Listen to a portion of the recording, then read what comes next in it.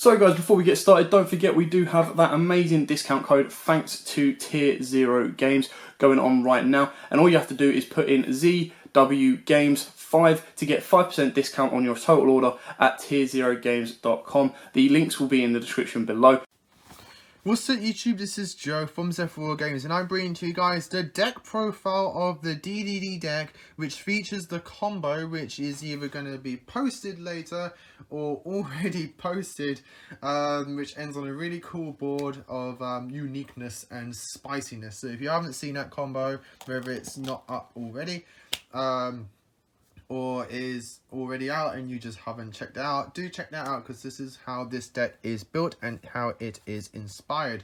So before I get to this, if you enjoyed, give us a like and subscribe down below. Ding that notification bell because obviously if you enjoy a person's content here on YouTube, you don't want to miss out on that content, and that notification bell helps prevent that, and all of that's greatly appreciated and we thank you guys so much for doing so. So with all that said and done, let's get into this super spicy DDD deck. It literally burns to hold this deck. It's that spicy. So let's start off with double Ragnarok. Now in my normal builds I've actually dropped this guy to 1 just because we're not doing the old combos anymore where it's the triple synchro, like the double synchro Titanic negate board which featured Ragnarok. We're not doing those combos anymore.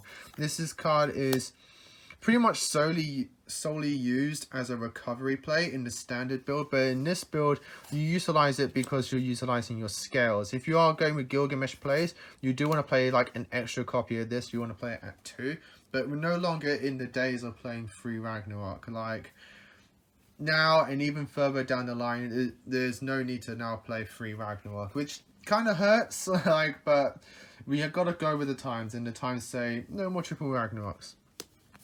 Double Orpheus, because we use him a lot in some of our combos. He's a good scale, he's a tuner that we can summon out of our deck, and he's level 4, which is all important for us spicy boards.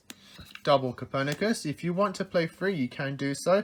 I took him the 3rd copy out for something else which you'll see down in the spells, but yeah, double Copernicus is still very nice. And then we have now triple Kepler. Pretty much standard, self-explanatory, which is what's really cool about this deck is that it's a very good like pure deck that you can start off with and then expand on as you go. So if you've got like triple structure decks and like the odd bits and pieces like the slimes and that, you can pretty much make the base build of this deck, which is really cool, and then you just like expand on the extra deck, which is nice. 1 Savant Thomas, 1 Chaos Apocalypse, 1 DD Dog, and 1 DD Cerberus, which is really cool. So these are all your one-of utility pendulums, which is really nice. So what I really like about this deck, you could technically class this as like the pendulum build, but I just like how this build utilizes the pendulums as DD's always utilized them as utility cards. You put them in your scales and you get those niche plays off, you get those niche uses off. But what's cool about this build is that not only is it pure and really unique, but it also implements still the satellite warrior combo, which everyone, if you've already played DDD, you know that's a popular way that people do play DD, where they get the Siegfried crystal ring and then they go with the crystal rod into a satellite warrior on your opponent's turn, which is very nice. And so that's what we're utilizing this build for. So not only for the pure budget fun aspect of it, but still got that niche competitive aspect to it, which if you are going to locals and higher up, you can still take this deck and do fairly well with it, which is what I really like about this particular build. Moving on to the non-pendulums, we are playing a 3 Swirl Slime, 3 Necro Slime, and 3 Lamia. Pretty much self-explanatory, standard from there. And then we've got 3 one-offs to round up the monsters in the forms of 1 DD Ghost. He is part of your Satellite Warrior combo, I believe. Alright, other than that, he's just another niche tuner that you can use in the deck for your synchro plays. 1 Night Howl, which is really cool. I really like that I get to use this card again in this deck. And 1 DD Lilith, which I believe I've never used DD Lilith in any deck before. And I'm really glad that I get to use it in a particular build where it actually works. And not only does it work, it actually adds some good utility and consistency to the deck because it recurs your Keplers back to your hand when it's summoned, which is really nice. So then on your follow-up play, literally what's really cool about DD is that at times, depending on the build that you're playing, a single Kepler is one of the best follow-up plays that you can do because you're a Kepler, search Swamp King gets you into a fusion, and you just go off from there, which is really handy. And Lilith helps get those recovery plays going because she gets that Kepler back. So that's it for the monsters. Moving on to spells. 3 gates, and your 1 Swamp King for your contracts. 3 Wealth Thou. We play a lot of level 1s and important level 1s in the deck, so Wealth Thou is a great searcher. 3 Allure of Darkness. Pretty much standard, you're playing everything dark in here. 1 for 1 because there's that 1 Upstart Goblin to, you know, just get that additional consistency. And 1 Jack in the Hand. So this is a brand new card. It's really cool. It's weird though. I have a mixed relationship with Jack in the Hand. It's really good in theory, and in testing it does work. But like, it's hard to test with this card. I'll explain how I test it once I've read the effect. So, reveal 3 level 1 monsters with different names from your deck. Your opponent adds 1 to their hand, you add 1 to your hand, and you shuffle the 3rd into the deck. You can activate 1 Jack in the Hand per turn. So, you have your 3 level 1s in the deck, your Kepler, Lamia, and Necrosine. Those are the ones you're always going to reveal. The issue is in testing with this card, is that I always assume my opponent's going to take the Kepler because it would be foolish to give me a Kepler. If I'm revealing a Kepler, high chances that I want to have that Kepler in my hand. So in testing, I always assume my opponent takes the Kepler away and I have to get the other 2. So it's hard, it's a weird card to play test if you're just play testing hands and things like that. So I always just assume my opponent takes the Kepler. I haven't managed to have a good time to use this in an official game yet, which is a bit sucky. But I look forward to seeing how this works in official tournament play. But in theory, it works because it does get you a level 1 that you need. It does get you a combo piece. It's a great card to bluff because then if you've got the Kepler already in hand, or if you've got the contract already in hand, you play this first, your opponent takes the Kepler, you get a Lamia, and boom. Otherwise, they'll just negate it. So, really cool. I like it as like a 1 of and a 2 of. I did try it at 3, but then in my official build, I reduced the copies down to 2. And so I think 2 is like a perfect number, but 1 also works. 1 Monster Reborn, 1 Called by the Grave for to round up the spells, and 1 Dark Contract with the Witch in this build, because we're heavily DD count, and a lot of our boards end on mostly DDs, so that Contract with the Witch helps with power buffs and disruptions as well. Moving on to the extra deck now, we're like tons of spices. We got the double Genghis still and the 1 high Genghis. This hasn't changed. This is still pretty much your standard DD fusion lineup. For synchros, 1 Formula Synchron, 1 Gus King Xander, 1 Siegfried, 1 Crystal Ring, 1 Savage Dragon, and 1 Satellite Warrior.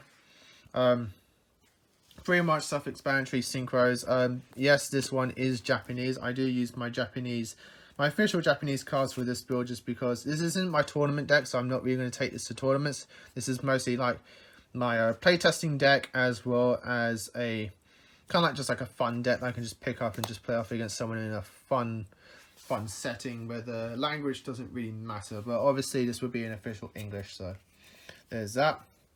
For XCs, we have the 1 High Wave King Caesar, and this is where like the extra spiciness comes in. This is where like the pure spice. 1 King Tail and 1 OG Wave King Caesar.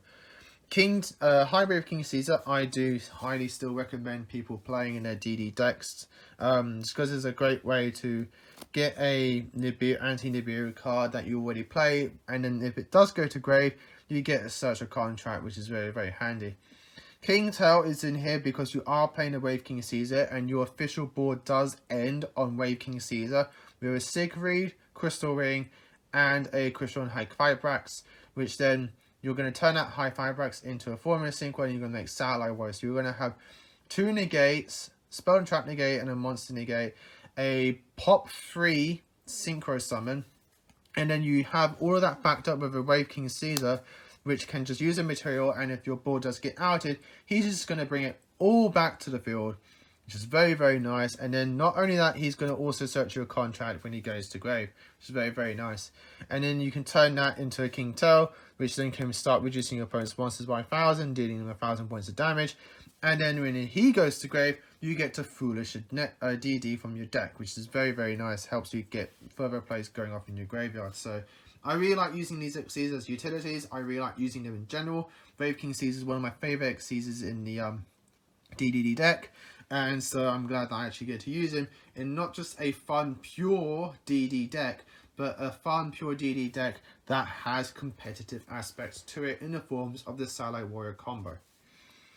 Moving on to the links to round up the deck profile, we have the one Yugioh, one Christian High Fibrax. Again, this is my official Japanese copy, but this would be an English one. I do have English ones as well. And the one Cross Sheep to round up the deck profile in total. So guys, hope you all enjoy this. Leave your comments down below what you think of this. This is like one of my most favorite builds at the moment. Just because it has everything going on in it, which I think is just like the best way to play the DDD deck in like any form of sense. Would I take this to a tournament? Probably not. I'd probably take my